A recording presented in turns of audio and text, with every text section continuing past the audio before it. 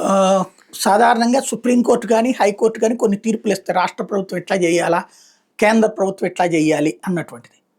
But దానికి విరుద్ధంగా ప్రభుత్వాలు ఆహ్, పార్లమెంట్‌లోనో, అసెంబ్లీలోనో చట్టాలు చేస్తుంటాయి. ఫర్ ఎగ్జాంపుల్ ఆహ్, ఏదైతే ఇంతకుముందు కేంద్ర ప్రభుత్వాన్ని ఈ విజిలెన్సు లేకపోతే సిబిఐ, ఈడీ ఇట్లాంటి వాళ్ళని నియమించేటటువంటి వాటిట్లో చీఫ్ విజిలెన్స్ కమిషనర్ ఇలా నియమించే దాంట్లో ప్రధానమంత్రి, తర్వాతన ప్రతిపక్ష నాయకుడు, సుప్రీంకోర్టు చీఫ్ జస్టిసు పార్ట్నర్‌గా ఉండాలని చెప్పి సుప్రీంకోర్టు తీర్పిచ్చింది. దానికి దాన్ని కౌంటర్ చేస్తూ, దాన్ని పక్కన పెడుతూ కేంద్ర ప్రభుత్వం అంటే ఒక చట్టం చేయండి, చట్టం చేసే లోపు ఇది అంటూ చట్టంలో ఇట్లాగ చేసేటటువంటి పని చేయండి అని సుప్రీంకోర్టు సలహా ఇచ్చింది కేంద్ర ప్రభుత్వానికి. బట్ కేంద్ర ప్రభుత్వం ఏం చేసింది? ఒక కమిటీ వేసింది. అందులో ప్రధానమంత్రి అట్లాగే ప్రతిపక్ష నాయకుడు ఓకే. సుప్రీంకోర్టు చీఫ్ జస్టిస్ని అందులో ఇన్వాల్వ్ చేయలేదు.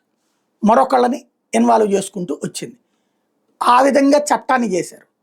అంటే సుప్రీంకోర్టు ఒక ప్రభుత్వం ఎట్లాంటి చట్టం చేయాలి, ఒక ప్రభుత్వం ఏ విధమైనటువంటి పార్లమెంట్ ఎలాంటి చట్టాలు రూపొందించాలి అని చెప్పే అధికారం లేదు. సలహా ఇవ్వచ్చు, అధికారం లేదు. ఆర్డర్ వేసే అధికారం లేదు.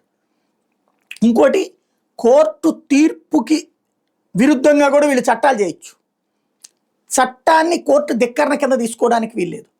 ఈ చట్టం రాజ్యాంగబద్ధమా కాదా అని మళ్ళీ విచారించే అధికారం సుప్రీంకోర్టుకు ఉంటుంది. కానీ ఈలోపు ఆ చట్టం అమల్లో నడిపి తీరాల్సిందే. ఇదే విషయం మీదన సుప్రీంకోర్టుకు అప్రోచ్ అయితే అసెంబ్లీలు, పార్లమెంట్లు, కోర్టులు ఇచ్చిన తీర్పులకు విరుద్ధంగా చట్టాలు చేస్తున్నాయి, వాళ్ళ మీద కోర్టు ధిక్కరణ కింద చర్యలు తీసుకోవాలంటే అది సాధ్యం కాదు, వాళ్ళకి అధికారం ఉంది అని తేల్చి చెప్పింది సుప్రీంకోర్టు.